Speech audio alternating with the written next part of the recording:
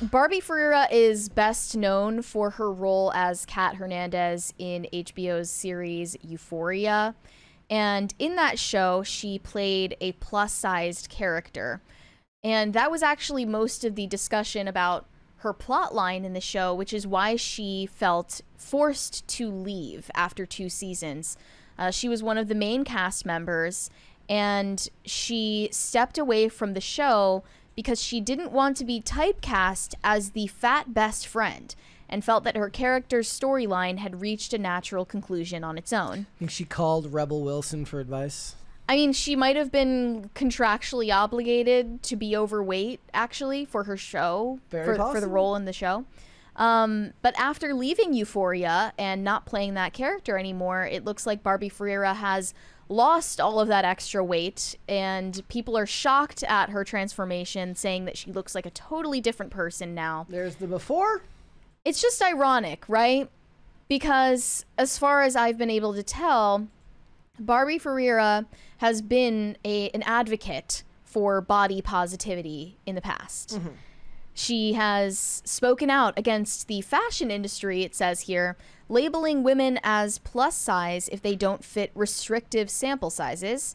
And now she's being accused of taking Ozempic because she never was proud of being fat in the first place. Surprise, surprise. This is what we found out from the mass availability of a miracle weight loss drug. Do you think this is what happened with Rebel Wilson? Do you think she took Ozempic, or did she get skinny I don't think before? she did, because if you can stay the same healthy weight without taking it overboard, and this is a long-term lifestyle change, I think that was natural. And that's the real downside of the medication, is like all the stolen valor from the people who did actually put the work in. Right. Like Adele did it way before Ozempic was. I mean, maybe it was a thing and like people just didn't know about it yet. You know, it was like ahead of its time in Hollywood. I don't know. We were ahead of our time talking about it. We got to it very, very before early. a lot of people knew what it was. But the difference is Adele was one of those people who happened to be oversized, and then people kind of imprinted on her. Like they let her imprint on them, and then they made her weight their personality.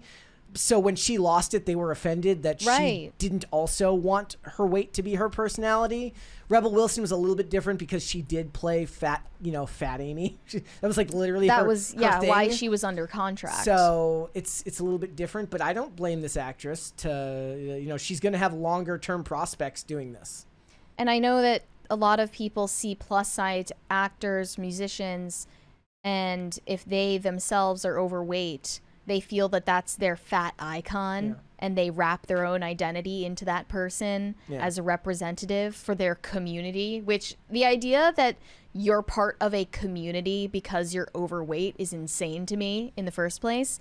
And the fact that these people feel they can make rules for other fat people about how they're allowed to look or what they are allowed to eat or how much they exercise is even more insane. Well, the reason people they do have that, chosen like that chick from Bridgerton, Nicola Coughlan, the plus size character in Bridgerton. If she lost weight, she would get hate for it too. The reason they do that though is like they're like, look, if you want to take all of the positives that we offer you by propping you up while you're big, you have to then stay that size because you owe us now. You owe us now. Like we supported you when nobody else would, therefore you owe us. Which is why you should never enter into any type of contract like that type of social contract where there's like expectations on it. You know what I think Barbie Ferreira realized is that her face card was too strong to waste it on being fat. Think that's what it was? She could level up in every possible way if she lost the extra weight, and so that's what she did. I don't know if she did it naturally or some other means like Ozempic, but ultimately it doesn't matter. People will accuse you of that anyway, and the responses were mostly people who were fat and bitter. Yeah. Fat people who were bitter that someone showed them an example of self-improvement, and it got tens of millions of views. Some people were insisting that, she kind of betrayed this community. Another person said, fat people being mad at other formerly fat people for losing weight will never not be the funniest thing ever. Yeah. Someone said she looked way better when she was fat. Objectively, just not true. And she knew that. And Look, then one other whenever- person said they always hated being fat. Fat people always hated being fat. That's true. No matter what they said to you about it, you were lied to.